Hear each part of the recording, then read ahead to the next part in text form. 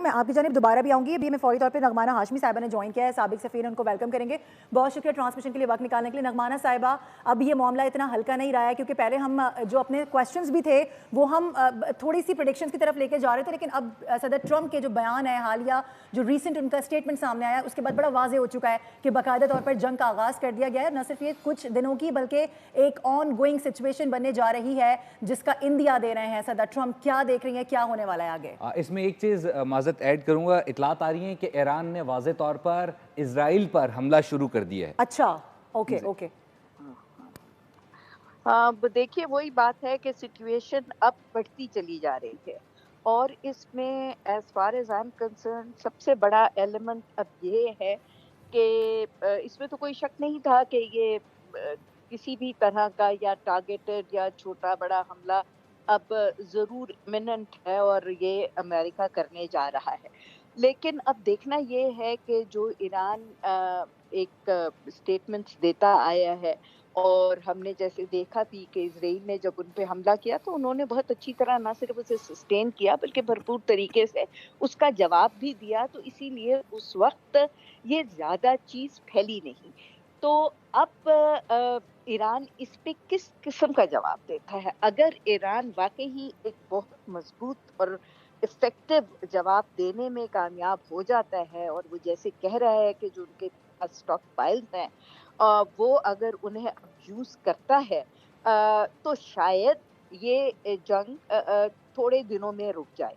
लेकिन अगर ये भरपूर तरीके से जवाब ना दे सके तो फिर तो इसमें कोई शक नहीं है कि ये लॉन्ग टर्म फिर चलेगी और लॉन्ग टर्म चलेगी तो फिर उसमें पूरा खित्ता इस आग में जो है वो जलेगा।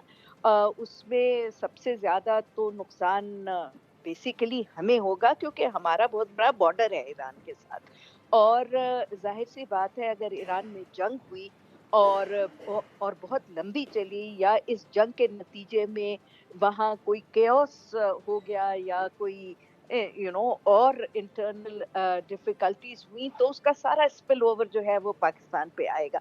पाकिस्तान में जाहिर सी बात है बलूचिस्तान ऑलरेडी डिस्टर्ब्ड है, उसको हम कंट्रोल करने की कोशिश कर रहे हैं।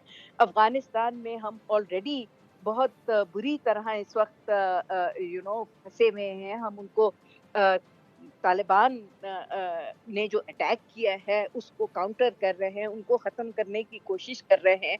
तो ये एक और हमारे लिए इरानियन बॉर्डर पे भी मुश्किलात हो जाएंगी और इसमें जाहिर सी बात है कि फिर चीन का भी अपना देखना पड़ेगा कि उनका स्टांस क्या है। चीन जाहिर सी बात है कि मिलिटरली तो इंटरवीन नहीं करेगा, वो करता भी नहीं है और इस वक्त जो उनका फाइनल 20 इयर्स रह गए हैं अपना रिजुविनेशन ऑफ मदरलैंड में, तो वो तो बिल्कुल नहीं चाहते कि वो किसी भी जंग में मुलव्वस हों और अपने हदफ से वो इधर उधर हों। लेकिन जाहिर सी बात है कि वो इंटरनेशनली डायलॉग रेस्ट्रेंट इन चीज़ों का तो यूज़ करेंगे। मीडिएशन भी ऑलरेडी उन्होंने ऑफ़र भी करेंगे।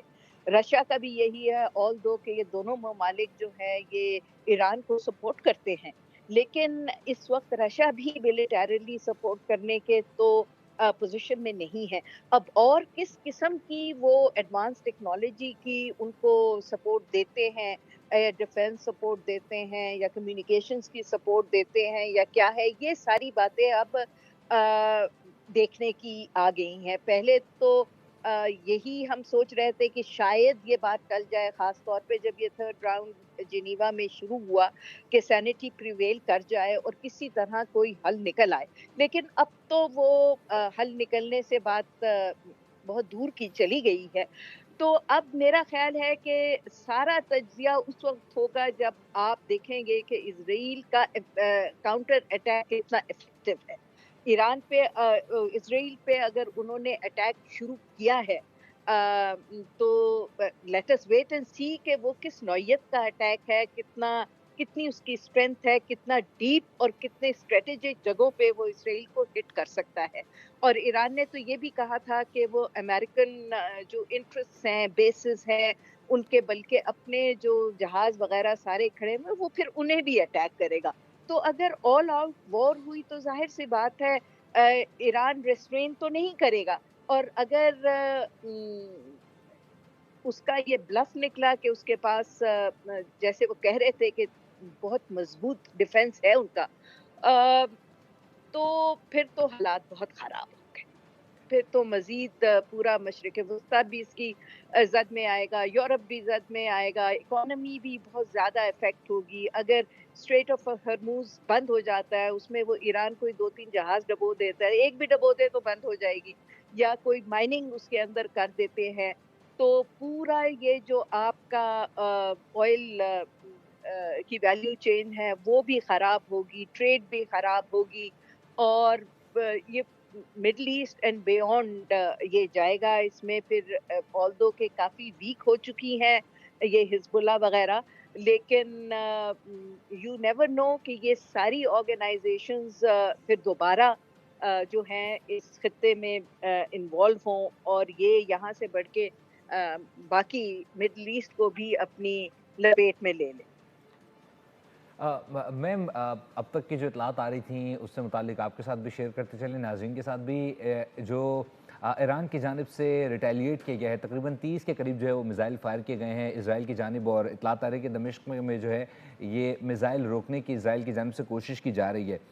آپ سمجھتے ہیں کہ یہاں پر جس طریقے سے بھی ٹرمپ نے بیان دیا کہ بڑے پیمانے پر آپریشن یا کہہ لیں یا بمباری ہونے جا رہی ہے, یہ کسی بھی طور پر صرف رجیم چینج تک رہے گی یا پھر مزید اس سے آگے بات جاتی ہوئی دکھائی دے گی؟ کیونکہ جو ان کا پہلا اٹیک تھا وہ سپریم لیڈر کی رہائش گاہ تھا اور اہم تنصیبات تھیں, تو آپ سمجھتے ہیں کہ یہ معاملہ صرف سپریم لیڈر تک یا یورینیم کی افزودگی تک رہے گا یا اس سے آگے بھی بڑھتا ہوا دکھائی دے گا آپ کو؟ دیکھیں جی, ان کا ٹارگٹ تو اس وقت یہ ہے کہ کسی طرح ایک تو ایران کو وہ نہیں چاہتے کہ وہ نیوکلیر پاور بنے. حالانکہ وہ این پی ٹی کا ممبر ہے, ایرانز رائٹ کہ وہ نیوکلیر انریچمنٹ کریں, اور وہ ایران نے خود بھی بہت دفعہ کہا ہے کہ وہ بم وم بنانے میں انٹرسٹڈ نہیں ہے, اور لیکن انڈر این پی ٹی ان کا یہ رائٹ ہے.